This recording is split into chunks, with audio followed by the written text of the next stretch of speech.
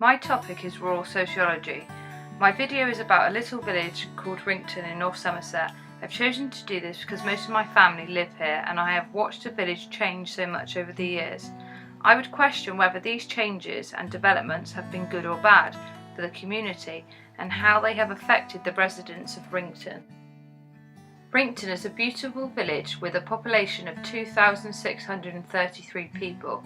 Most of my family have been brought up around here, so I have many memories of this village. All my grandparents live in Wrington. In most villages surrounding this area there have been developments whereby the shops and services have improved.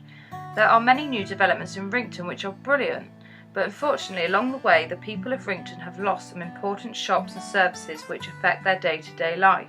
Shops such as the butchers and bakers have closed.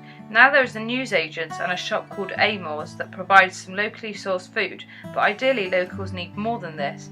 The local post office closed, the doctor's surgery moved to another nearby village, the bank closed as they are mainly in towns now, so they are left with hardly any services or amenities.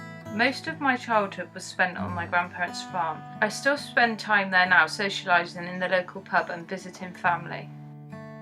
Sociologist Howard Newby researched rural England. He felt that villages were in isolation. New people who come to villages influence future development plans. The locals may feel that their needs are not being met, especially those who are poor, elderly and the disabled who cannot just get in the car and drive to the nearest urban area which has all the services and amenities. Howard Newby explains this as social polarisation because there is a difference of lifestyle and living standards between the new people to the village and the local people. He explains it as two nations in one village. Howard Newby also explains about rural deprivation, how economic growth has not been distributed evenly across the whole of the rural population. I would describe Wrington as experiencing rural deprivation as it has less economic growth than other surrounding areas. Paul Cloak is a social geographer. Paul Cloak has a similar theory to Howard Newby as he said that there is a class division within rural societies. The people who move to the villages increasingly impose their interpretation of Britain on villages, and local people suffer as they want to recreate how the countryside has always been. He is saying how new middle class people want to adapt it to make it more modern. Wrington High Street was at its best in the old days due to many shops and services, all the shops and services you need on your doorstep. The majority of Wrington's population is of the older generation who may struggle to travel to the shops and services they need. The High Street now has many developments, but unfortunately most of the developments are not what people need the most. This is where the old doctor's surgery was, and now the land was sold for the building of houses. People in the village were extremely concerned when the doctor's surgery was sold, as people rely on it, especially the elderly.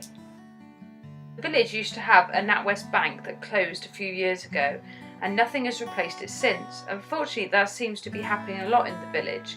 Now the nearest NatWest bank is in the nearest town, which is 20 minutes away. There are two commercial buildings that are up for rent in the village. This shows how there is a development in the housing but not in shops and services within the village. Amor's, which has been in Wrington since the 19th century, which has always been a grocer's and convenience stores, has also taken on the post office so that villagers still have this service. I'm going to carry out interviews mainly with family members who are from Wrington, but I may also interview some local people too.